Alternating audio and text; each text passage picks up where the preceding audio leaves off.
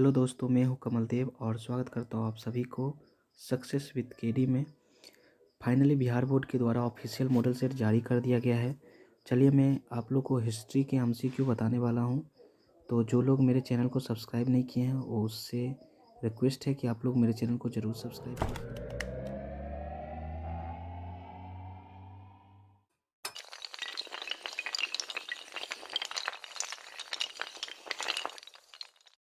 आप लोग को स्क्रीन पे दिख रहा होगा।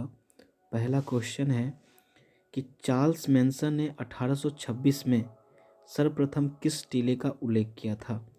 तो इसका ऑप्शन ए है हड़प्पा, बी है मोहनजोदड़ो, सी है लोथल और डी है कालीबंगा। तो इसका राइट आंसर हो जाएगा ए हड़प्पा। ठीक, चलिए आगे आते हैं। हड़प्पा सभ्यता में प्राप्त अवतल चक्की पर किस पुराविद ने प्रकाश डाला है। तो देख लीजिए, इसका ऑप्शन दिया हुआ है ए कनिंघम, बी दिया हुआ है अर्नेस्ट मैके, सी दिया हुआ है जॉन मार्शल और डी दिया हुआ है इनमें से कोई नहीं। तो इसका सही आंसर हो जाएगा बी, अर्नेस्ट मैके। इसका सही आंसर बी हो जाएगा, अर्नेस्ट मैके। चलिए तीसरा क्वेश्चन पे आते हैं। राय बहादुर दयाराम साहनी ने कहाँ उत्खनन करवाया था। ए में दिया हुआ है मोहनजोदड़ो, बी दिया हुआ है हड़प्पा, सी दिया हुआ है लोथल और डी दिया हुआ है कालीबंगा। तो इसका राइट आंसर हो जाएगा हड़प्पा, क्योंकि हड़प्पा में ही राय बहादुर साहनी ने 1921 ईस्वी में उत्खनन करवाया था। ठीक, चलिए अगला क्वेश्चन देख लेते हैं। सिंधु सभ्यता में गोदीबारा कहाँ से मिला। इसका ए दिया हुआ है कालीबंगा, बी है रोपर और सी में दिया हुआ है बनमाली।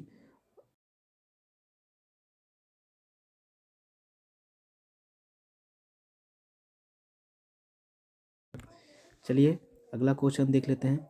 लोथल कहाँ स्थित है। ये बहुत ही वीवीआई है, ये बहुत ही वीवीआई क्वेश्चन है। हर साल हर बार पूछा गया क्वेश्चन है ये कि लोथल कहाँ पे स्थित है। तो चलिए इसका मैं ऑप्शन देख लेता हूँ। ए में दिया हुआ है गुजरात, बी दिया हुआ है बंगाल, सी दिया हुआ है राजस्थान और डी दिया हुआ है पंजाब। तो इसका करेक्ट आंसर हो जाएगा ए, गुजरात। चलिए अगला क्वेश्चन देख लेते हैं। हड़प्पा सभ्यता में सिंधु नदी के किनारे कौन स्थित था। इसका ऑप्शन ए दिया हुआ है मोहनजोदड़ो, बी दिया हुआ है रोपर, सी दिया हुआ है लोथल और डी दिया हुआ है कालीबंगा। तो इसका करेक्ट आंसर हो जाएगा मोहनजोदड़ो। अगला क्वेश्चन देख लेते हैं। भारतीय पुरातत्व का पिता किसे कहा जाता है। तो देखिए, ए में दिया हुआ है कनिंघम, बी दिया हुआ है दयाराम साहनी, सी दिया हुआ है लॉर्ड कर्जन, डी दिया हुआ है जॉन मार्शल। तो इसका करेक्ट आंसर हो जाएगा अलेक्जेंडर कनिंघम, ए हो जाएगा। चलिए अगला क्वेश्चन देख लेते हैं। हड़प्पा सभ्यता के काल में रावी नदी के किनारे कौन स्थित था। ए में दिया हुआ है हड़प्पा, बी दिया हुआ है मोहनजोदड़ो, सी दिया हुआ है लोथल और डी दिया हुआ है कालीबंगा। तो देख लीजिए, मैं आप लोग को बताता हूँ कि हड़प्पा जो था इसका सही आंसर हड़प्पा हो जाएगा। देखिए ऑप्शन में जो दिया हुआ है उसके बारे में बता देता हूँ। मोहनजोदड़ो जो है वो सिंधु नदी के किनारे है। किस नदी के किनारे, सिंधु नदी के किनारे। लोथल जो है, ये लोथल जो है, लोथल आपका ये भोगवा नदी के किनारे है।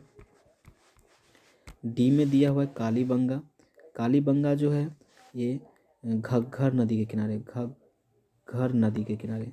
ठीक है, चलिए चलिए अगला क्वेश्चन देख लेते हैं कि सिंधु घाटी सभ्यता में विशाल स्नानागार के अवशेष कहाँ से मिले थे। ए दिया हुआ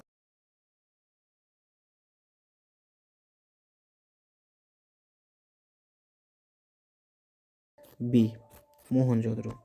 चलिए अगला क्वेश्चन देख लेते हैं। कोलकाता में एशियाटिक सोसाइटी ऑफ बंगाल की स्थापना कब हुई थी।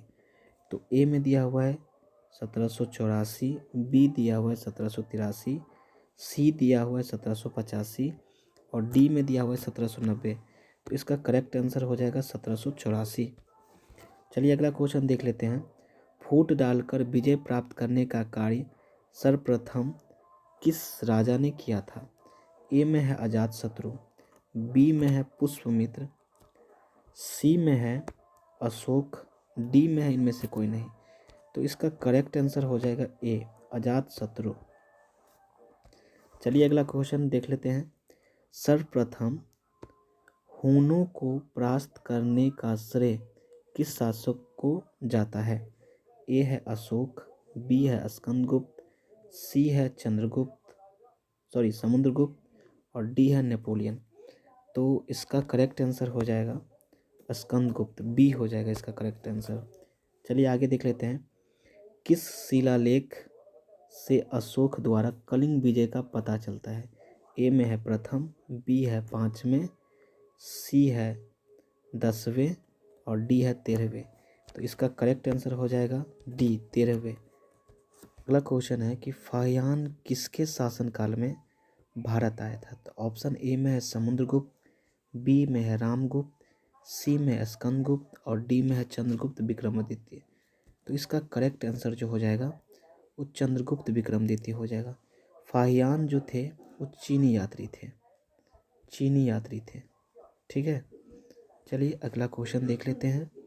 अगला क्वेश्चन है मेगास्थनीज कौन था? ये भी VVI क्वेश्चन है, बहुत बार एग्जाम में देखने को मिलता है। तो देख लीजिए, इसका ऑप्शन ए में दिया हुआ है यात्री, बी में दिया हुआ है व्यापारी, सी में दिया हुआ है राजदूत और डी में दिया हुआ है गुलाम।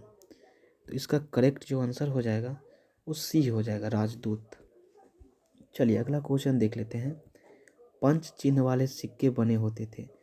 ए में है सोने का, बी में है चांदी का, सी में है तांबे का और डी में है बी एवं सी। तो देख लीजिए, सोने के पंच चिन्ह वाले जो सिक्के बने होते थे ये चांदी और तांबे दोनों के बने होते थे, तो इसलिए इसका करेक्ट आंसर डी हो जाएगा। चलिए अगला क्वेश्चन देख लेते हैं। भीष्म को और क्या कहा जाता है? ए में पार्थ, बी में है गंगापुत्र, सी में है मधुसूदन और डी में है इनमें से कोई नहीं। तो इसका करेक्ट जो आंसर हो जाएगा, राइट आंसर बी हो जाएगा, गंगापुत्र। चलिए अगला क्वेश्चन देख लेते हैं। अभिमन्यु किसका पुत्र था? ए में है भीम, बी है अर्जुन, सी है नकुल और डी है सहदेव। तो अभिमन्यु जो था, अभिमन्यु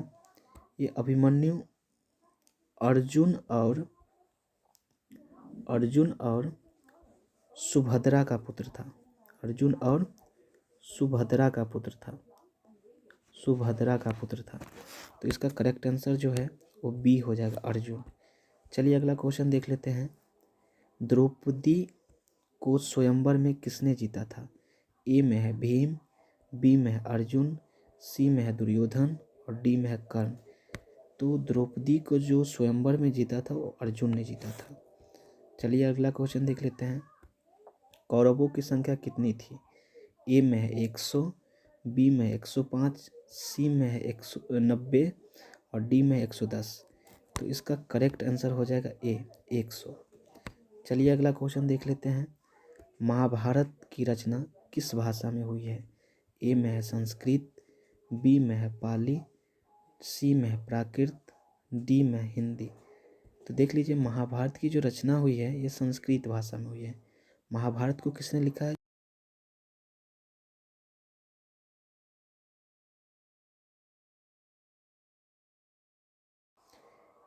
ऋग्वैदिक लोग किसकी पूजा करते थे? ए में है विष्णु, बी में है शिव, सी में है लक्ष्मी, डी में है प्रकृति।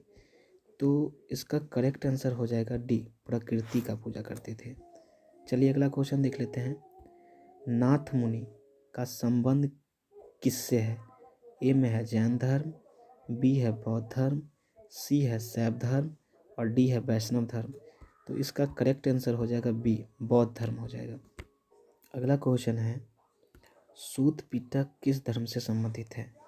ए में हो जाएगा बौद्ध धर्म, बी है जैन धर्म, सी है हिंदू धर्म और डी है इस्लाम धर्म।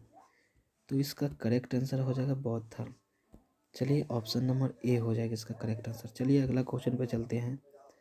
महात्मा बुद्ध का बचपन का नाम क्या था? ए में है वर्धमान, बी में है सिद्धार्थ, सी में है देवदत्त और डी में है राहुल। तो इसका करेक्ट आंसर हो जाएगा बी, सिद्धार्थ था। वर्धमान जो है महावीर के बचपन का नाम है। तो महात्मा बुद्ध के बचपन का नाम क्या था? Siddharth, option number B.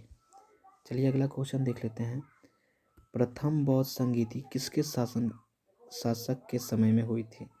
Option A में है अजातशत्रु, बी में है कालाशोक, सी में है अशोक और डी में है कनिष्क।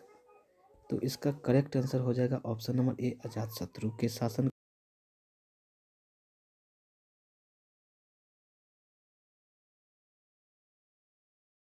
क्वेश्चन में आपसे पूछ दिया जाए कि बौद्ध संगीति कितनी हुई थी, तो 4 बौद्ध संगीति हुई थी। प्रथम हुआ था अजातशत्रु के शासनकाल में, दूसरा जो हुआ था वो कालाशोक के शासनकाल में, तीसरा हुआ था अशोक के शासनकाल में और चौथा हुआ था कनिष्क के शासनकाल में। चलिए अगला क्वेश्चन पे आते हैं। महावीर ने पार्श्वनाथ के सिद्धांत में कौन सा नया सिद्धांत जोड़ा है? ए में अहिंसा, बी है ब्रह्मचर्य, सी है सत्य और डी है अपरिग्रह। तो इसका करेक्ट आंसर जो हो जाएगा वो बी हो जाएगा, ब्रह्मचर्य। चलिए अगला क्वेश्चन देख लेते हैं। अगला क्वेश्चन है कि प्राचीन भारत में धर्म की शुरुआत किस शासक ने किया? ऑप्शन ए में है चंद्रगुप्त, बी में है अशोक, सी में है कनिष्क, डी में है समुद्रगुप्त। तो इसका करेक्ट आंसर हो जाएगा ऑप्शन नंबर बी, अशोक ने किया था। अगला क्वेश्चन है बुद्ध चरित की रचना किसने की थी? ऑप्शन ए में है कालिदास, बी में अश्वघोष, सी में है बाणभट्ट और डी में है चाणक्य। तो इसका सही आंसर हो जाएगा अश्वघोष ने किया था। बुद्ध चरित में महात्मा बुद्ध के जीवनी के बारे में लिखा हुआ है।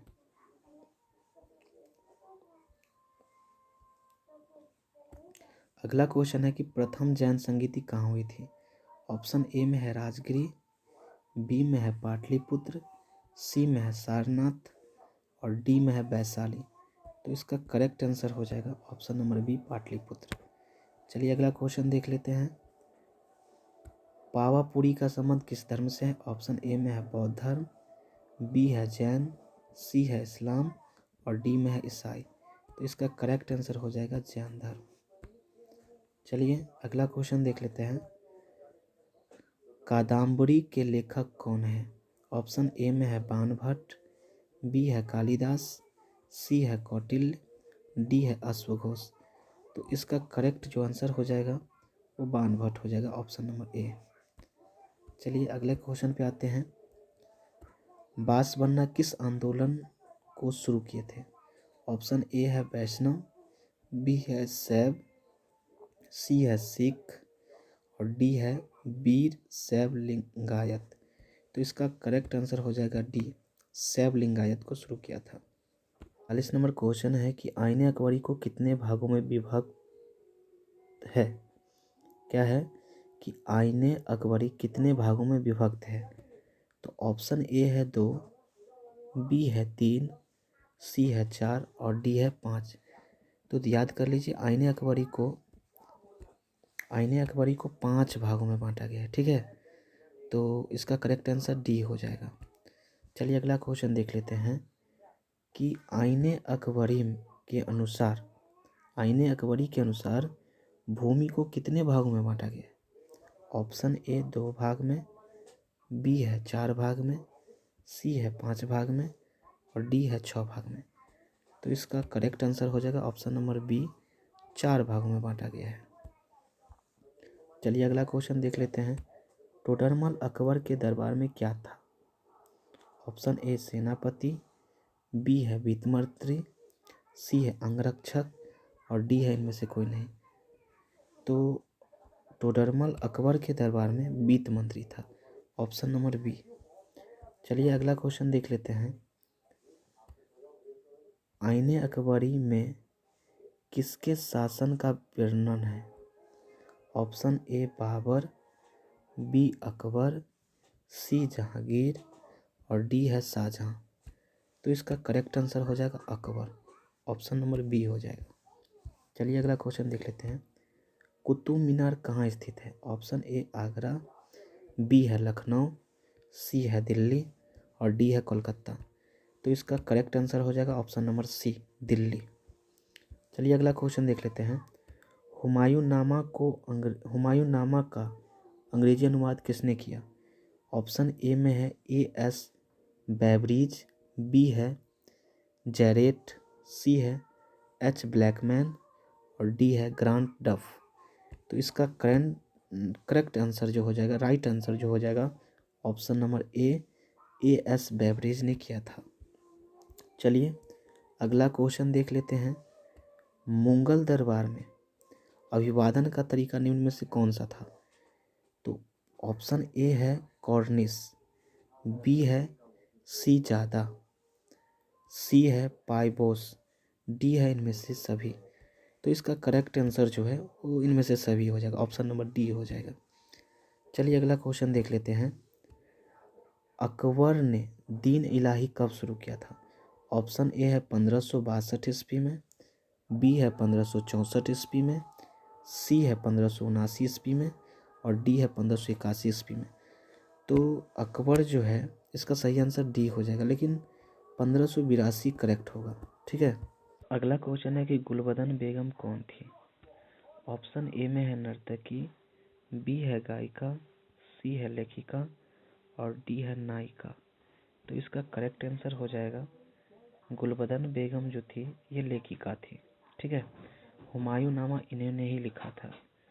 गुलबदन बेगम हुमायूं की बहन थी और बाबर की बेटी थी, बाबर की पुत्री थी, बाबर की पुत्री थी। चलिए अगला क्वेश्चन देख लेते हैं। मुगल चित्रकला किसके समय चरमोत्कर्ष पर थी? ऑप्शन ए में है बाबर, बी में है अकबर, सी में है जहांगीर और डी में है शाहजहां। तो इसका करेक्ट आंसर हो जाएगा जहांगीर। चलिए अगला क्वेश्चन देख लेते हैं। तुजुक ए जहांगीरी किसने लिखी थी? ऑप्शन ए में है अब्बास खां सरवानी, बी में है गुलबदन बेगम, सी में है जहांगीर और डी में है नूरजहां। तो इसका करेक्ट आंसर हो जाएगा जहांगीर। चलिए अगला क्वेश्चन देख लेते हैं। मुमताज महल किसकी पुत्री थी? ऑप्शन ए है अशरफ खां, बी है बैरम खां और सी है महाबत खां और डी है अब्दुल रहीम। तो इसका करेक्ट आंसर हो जाएगा अशरफ खां। चलिए आज के वीडियो में मैं इतना ही रहने देता हूँ, क्योंकि वीडियो जो है लंबा हो जाएगा। तो इसका पार्ट टू वीडियो आप लोग के बीच जल्द ही आने वाला है। तो जो लोग मेरे चैनल को सब्सक्राइब नहीं किए हैं उनसे निवेदन है कि आप लोग मेरे चैनल को सब्सक्राइब कर लीजिए। आप लोग गूगल पे चले जाइएगा और सर्च कीजिएगा सक्सेस विद केडी, ऐसे लिखिएगा तो मेरा चैनल जो है वो आप लोग के सामने आ जाएगा। और चलिए आज के लिए इतना ही, मिलते हैं अगले वीडियो में। Bye, thank you for watching this video.